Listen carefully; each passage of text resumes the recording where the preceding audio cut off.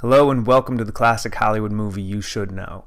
I'm your host Nate Washburn, and this week the movie is from 1950, Born Yesterday, starring Judy Holliday, William Holden, Broderick Crawford, directed by George Cukor, produced by Columbia Pictures. Now, Born Yesterday is an interesting movie. It's part romantic comedy, part political satire. The gist of the story: Harry Brock, a millionaire tycoon, scrap metal dealer. He calls himself a junk dealer. He's played by Broderick Crawford. He shows up in Washington right at the end of World War II because he wants to use his influence, he wants to use his money, he wants to bribe Congress into passing legislation that's beneficial to his business. Now, along with him is Billy Dawn, his mistress, played by Judy Holliday.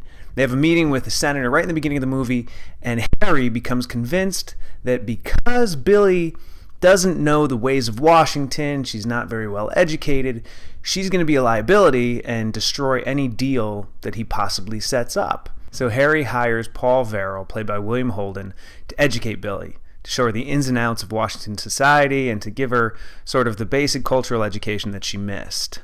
And Born Yesterday is based on the stage play written by Garson Kanin. It opened on Broadway in 1946. It ran for over 3 years. It was a huge hit. All the movie production companies wanted it. Harry Cohn from Columbia paid $1 million to get the rights to film this. Now, the cast in the movie is great. Broderick Crawford, he won an Academy Award the year before for his work in the movie All the King's Men.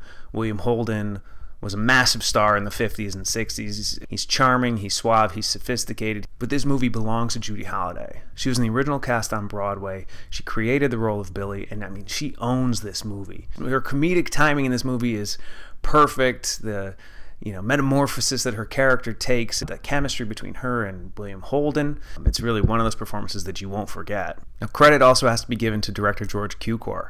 Knowing that this was a Broadway play, he actually had his actors rehearse the script like it was a play. They had a 2-week rehearsal process where they worked out the scenes, they worked out the pacing, they worked out the jokes.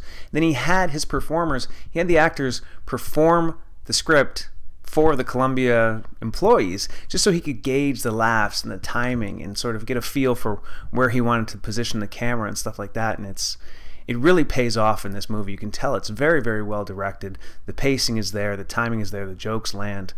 Now, Cukor is known for getting great performances out of his actors. In fact, he directed 21 actors to Academy Award nominations. That's 4th in history. He's behind William Wyler, Elia Kazan, and Martin Scorsese. Now, Born Yesterday, it premiered on December 25th, on Christmas of 1950. He got 5 Academy Award nominations: Best Costumes, Best Picture, Best Director, Best Adapted Screenplay, and Best Actress for Judy Holliday. The only one that won, Judy Holliday won Best Actress. She beat Gloria Swanson in Sunset Boulevard. She beat Bette Davis in All About Eve. A little bit of trivia for you here. Harry Cohn paid $1 million to purchase the film rights for Born Yesterday. It was a record. It's the highest price ever paid up to that point. And Garson Kanin, the author of the Broadway play, admitted that the character of Harry Brock, the brutish, oafish tycoon, was somewhat based on Harry Cohn.